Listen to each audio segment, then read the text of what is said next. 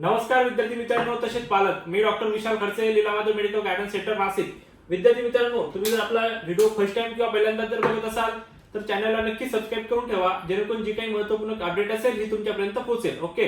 आणि जर तुम्हाला आमच्या फ्री व्हॉट्सअप ग्रुपमध्ये जर जॉईन व्हायचं असेल, जी काही 2026 साठी आम्ही इन्फॉर्मेशन त्या ग्रुपवर टाकू, जी बेसिक इन्फॉर्मेशन असेल, ज्या विद्यार्थ्यांनी पेड मेंबर म्हणून जॉईन केलेलं नसेल त्या विद्यार्थ्यांसाठी एक बेसिक, तर डिस्क्रिप्शन मध्ये लिंक आहे, तिथे जाऊन सुद्धा तुम्ही जॉईन करू शकता, जेणेकरून जी काही महत्त्वपूर्ण अपडेट असेल ही तुमच्यापर्यंत पोहोचेल. ओके. आणि ज्या विद्यार्थ्यांनी आतापर्यंत काउन्सिलिंग जॉईन केली नसेल किंवा कमीत कमी मार्क्स असतील किंवा जास्त स्कोअर असेल, पण नियोजन कसं करायचं आहे, चुकीच्या कॉलेजला ऍडमिशन कसं होणार नाही, स्टार्ट टू एंड प्रोसिजर जर करून घ्यायची असेल काउन्सिलिंगद्वारे, तरी सुद्धा आमच्या ऑफिसला व्हिजिट करू शकता किंवा डिस्क्रिप्शन मध्ये डिटेल्स आहे, नंबर आहे, स्टाफला कॉल करा, पॉसिबल झालं तर ऑफिसला व्हिजिट करा किंवा कॉलवर सुद्धा तुम्ही इन्फॉर्मेशन विचारू शकता. ओके. आता आपण महत्त्वाच्या मुद्द्यावर येऊया. बऱ्याच विद्यार्थ्यांचे आणि पालकांचे सतत कॉल येत आहे, पण बघा जसे बाकीच्या बऱ्याच लोकांचं असं म्हणणं आहे पॅरेंट्सचं की सर बाकी विद्यार्थी बाकी कन्सल्टंट असतील जे रोज व्हिडिओ टाकता, युट्यूबला व्हिडिओ त्यांचे येतात, अपडेट येते, थोडी तुमची अपडेट काय येत नाही. बरोबर, लक्ष ठेवा.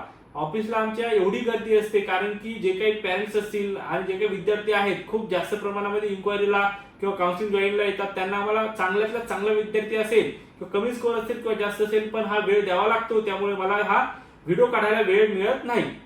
ओके. तरी सुद्धा आज वेळात वेळ काढून व्हिडिओ काढतोय की बघा असा प्रश्न आहे बऱ्याच विद्यार्थ्यांचा आणि पॅरेंटचा की सर महाराष्ट्रात बीएमएस करायचा, आता 177 प्लस स्कोअर आहे, एससी एसटी ओबीसी असेल किंवा कॅटेगरी मधला विद्यार्थी आहे जो क्वालिफाय आहे, पण आता बाहेर राज्यात सर आम्हाला जायचंच नाहीये. मग आता महाराष्ट्रामध्ये मी या कॉलेजला गेलो, त्या कॉलेजला गेलो, मी कोणत्या कॉलेजचं नाव सांगणार नाहीये, शासनाने जे काही आहे ते डोनेशन वगैरे बंद केलंय असं बऱ्याच लोकांचं म्हणणं आहे.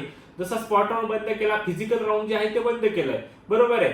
तर मग आता काय आहे, इन्स्टिट्यूट कोटा आहे, तर मी इन्स्टिट्यूट कोट्यामधून जर फी आहे तर ती फी थोडी वेगळी आहे आणि कॉलेजने आम्हाला एवढं पॅकेज सांगितलंय, 35 लाख सांगितलंय, 30 लाख सांगितले किंवा 40 लाख सांगितलंय, वरून डोनेशन मागितलंय. तर मग हे खरं आहे का आणि खरंच महाराष्ट्रात या पद्धतीने ऍडमिशन होतात का? बरोबर आहे. लक्षात ठेवा, मी कोणत्याही कॉलेज बद्दल बोलणार नाही, जे काय आहे ऑफिशियली आणि प्रोफेशनल लेवलनी आपण काउन्सिलिंग करतो आणि ऍडमिशन करतो. बरोबर आहे.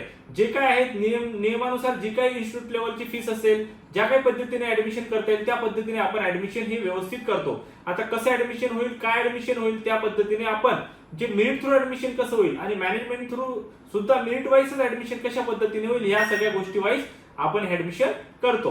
पण एवढं लक्षात असू द्या, जस्ट क्वालिफाय जरी तुम्ही आहात, 177 जरी आहेत, तरी सुद्धा आपण ऍडमिशन करून देऊ.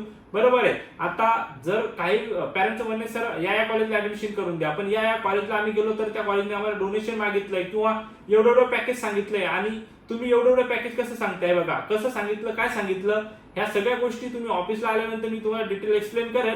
पण जे काय आहे ते मी कमीत कमी खर्चामध्ये कसं चांगल्या कॉलेजला ऍडमिशन होईल आणि नियमानुसार ऍडमिशन कसं होईल यावर माझं फर्स्ट प्रेफरन्स आणि त्या नियमानुसार मी ऍडमिशन तुमचं महाराष्ट्रात करून देईन. जरी तुम्हाला कोणत्या कॉलेजने जास्त पॅकेज सांगितलं असेल, पण नियमात काय बसते आणि काउन्सिलिंग मध्ये काय पार्टिसिपेट होऊन आपल्याला ऍडमिशन करता येईल, हे माझं फर्स्ट प्रेफरन्स आहे. आणि जर खरंच तुम्हाला महाराष्ट्रामध्ये ऍडमिशन घ्यायचं असेल कमीत कमी खर्च म्हणजे एक स्टार्टिंग जरी म्हटलं तरी आपले 24 ते 25 लाखापासून ऍडमिशन स्टार्टिंग होतात, जे शासनाच्या नियमानुसार फी आकारण्यात आलेली आहे त्यानुसार.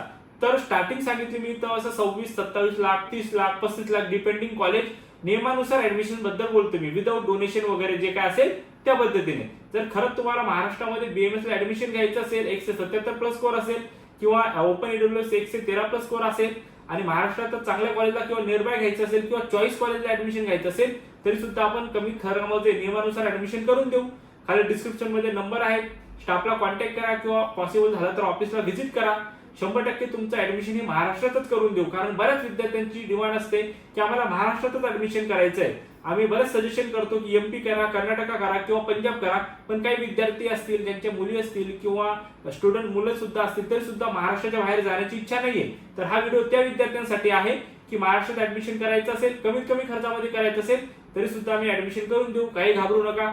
एक वेळेस ऑफिसला नक्की व्हिजिट करा किंवा कॉल तरी करा. ओके. भेटूया आपण नेक्स्ट व्हिडिओमध्ये. थँक्यू. धन्यवाद.